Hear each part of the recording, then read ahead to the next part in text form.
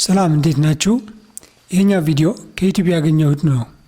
አንድ የውጭ ሀገር ዜጋ ስለ አዲስ አበባ በመደነቅ this is ኢትዮጵያ ኢትዮጵያችን ነች እያለ ነው። እነዚህ ቪዲዮዎች ደግሞ ትግራይ ውስጥ ሕጻጽ በተባለ የስደተኞች መጠለያ ካምፕ የሆነ ስላለ ነገር ነው የሚያሳዩን።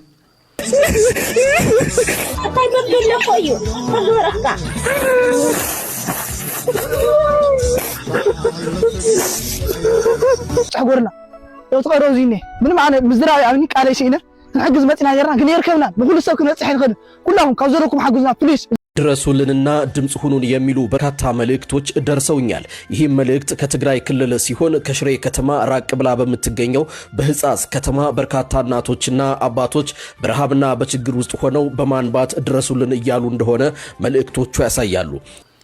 እንግዲህ የአዲስ አበባን ሁኔታ ካየን በእርግጥ አዲስ አበባ አሁን ብዙ ለውጥ አሳይታለች። የከተማው ጽዳት፣ ውበት፣ ልማት ደስ የሚያሰኝ ነው።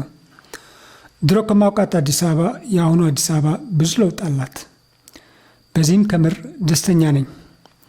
ነገር ግን ፍትሐዊነት የሚሉት ጉዳይ አለ። ታውቁታላችሁ። ኢትዮጵያ ማለት አዲስ አበባ ማለት አይደለችም። ኢትዮጵያ ማለት አዲስ አበባ፣ ሐረር፣ ድሬዳዋ፣ ሶማል፣ ጋምቤላ፣ ቤንሻንጉል ጉሙዝ፣ ደቡብ ህዝቦች በአጠቃላይ ኦሮሚያ፣ አማራ፣ አፋር፣ ትግራይ ማለት ነች።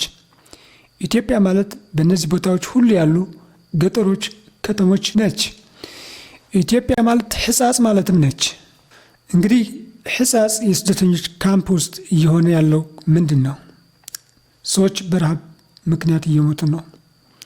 ችግሩ ይሄን ያክል ነው። በዚህ በ21ኛው ክፍለ ዘመንም ዜጎች በረሃብ ምክንያት ሲሞቱ ማየት እጅግ በጣም ያሳዝናል፣ ያናዳልም። ኢትዮጵያ ማለት እያንዳንዱ ኢትዮጵያዊ ማለት ነች።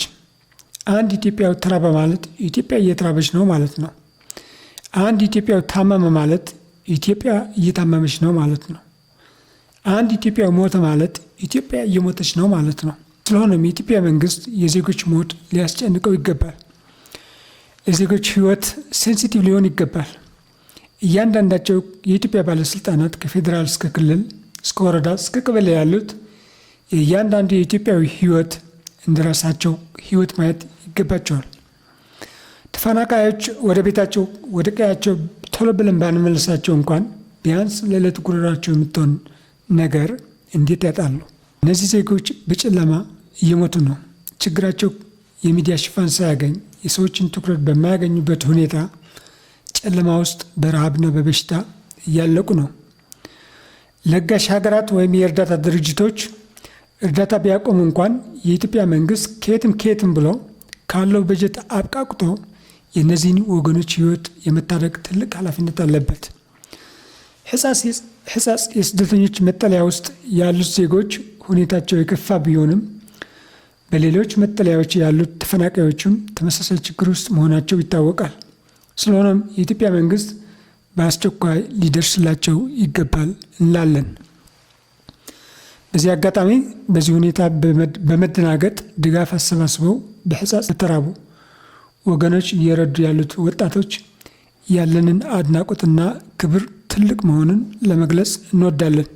ወጣቶች ተራሮችን ማፍረስ ይችላሉ። የማይፈታ የሚመስል ትልቅ ችግርን መፍታት ይችላሉና በርቱ፣ ቀጥሉበት ለማለት እንፈልጋለን። ነገር ግን ከማንም በላይ ይህን የማድረግ ኃላፊነት ያለው መንግስት በመሆኑ ከክልሉ መንግስትም በላይ ትልቁን ኃላፊነት ሊወስድ የሚገባው የፌዴራል መንግስት በመሆኑ ለነዚህ ዜጎች በአስቸኳይ ሊደርስላቸው ይገባል እንላለን። አመሰግናለሁ።